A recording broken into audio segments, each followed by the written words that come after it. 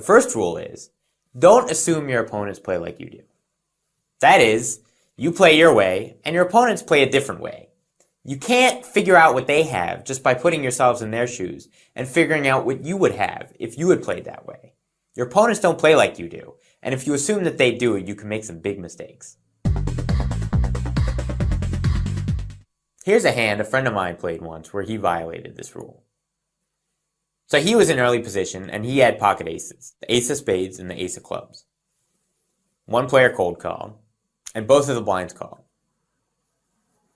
The flop came 7 of hearts, 7 of diamonds, 3 of diamonds. Which looks like a pretty good flop when you have pocket aces. It's all small cards, and there's a pair, so it's unlikely to have hit anyone.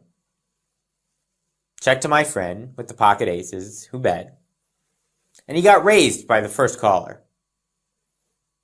Since he figured there was very little chance that he could be beaten, he re-raised.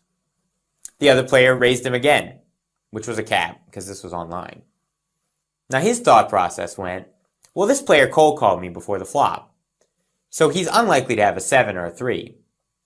In fact, he probably doesn't even have pocket 3s, because why would he cold call with that? He's probably got a big pocket pair, pocket kings, pocket queens, pocket jacks, a hand that looks good, but that my friend knew wasn't good because he had pocket aces. Anyway, the turn was another blank, 5 of hearts.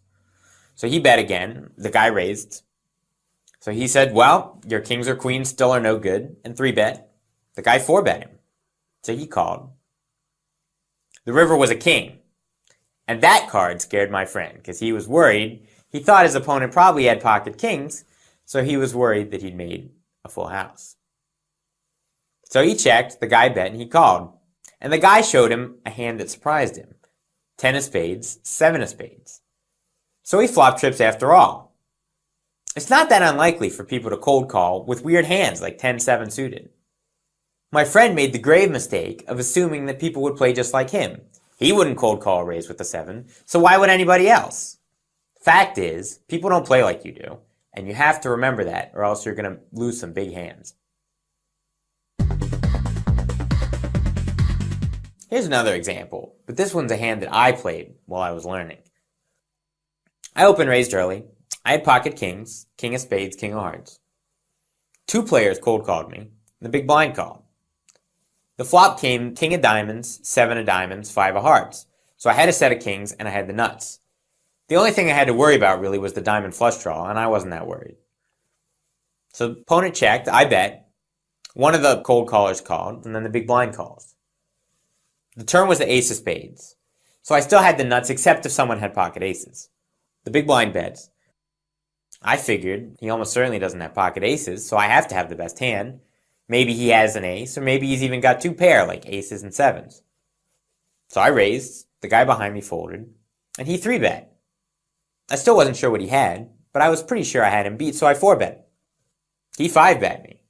I figured there's no way he had pocket aces, because he didn't raise before the flop or on the flop, so I 6-bet. He 7-bet me. At that point, I began to consider the possibility that I was beaten. So I called.